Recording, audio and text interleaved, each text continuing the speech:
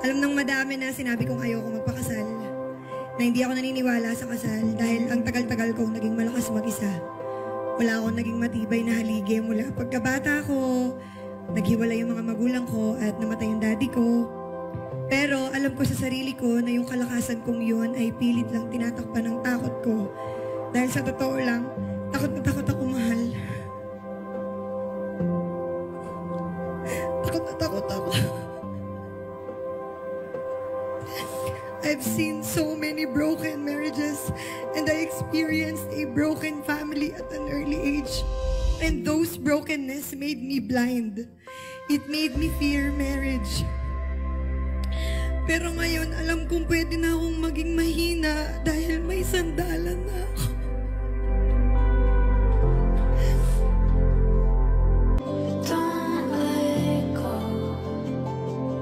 Napatunayan ko na kung gaano kakatibay na haligi dahil ilang beses tayong sinubok at ilang beses tayo nadapa.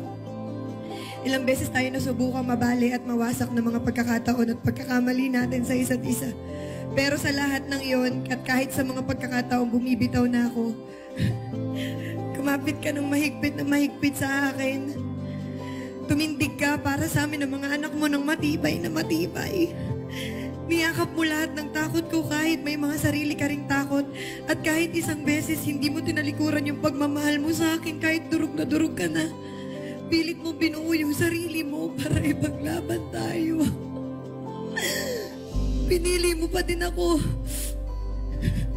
Nakita kong lahat yun, love, kaya ako umuo. Kaya pinili din kita. Pinipili kita at pipiliin kita habang buhay, mahal. Baby, my love, my mahal, my daddy. Sa dami-dami ng endearment ko sa'yo, meron na akong bagong paborito. Asawa ko.